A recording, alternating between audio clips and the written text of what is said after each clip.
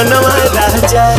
झूला में झूला झूलेला जो बनवा राजा। झुरझुरु पवन बहे मनवा बेहोश रहे मनवा बेहोश की झूला में झूला झूलेला जो बनवा राजा।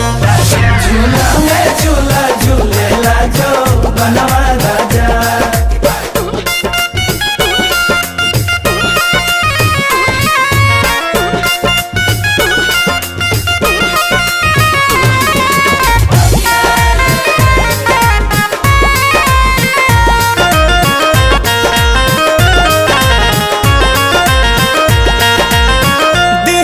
झकोर देला धक फगुना हटा बसियस हो जाला चीज हमर टाटका।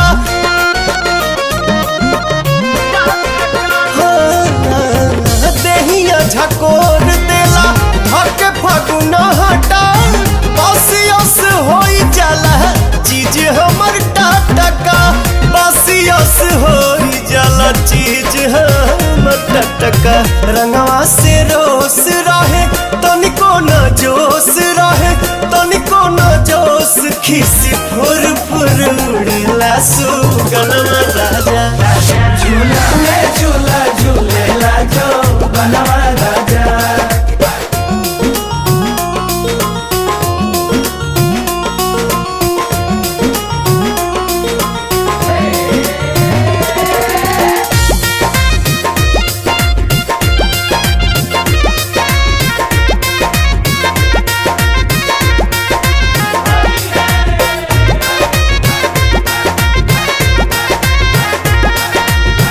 फागुन में फरका ना रह परदेसी दिनों दिन दर बढ़ल जात बेसी।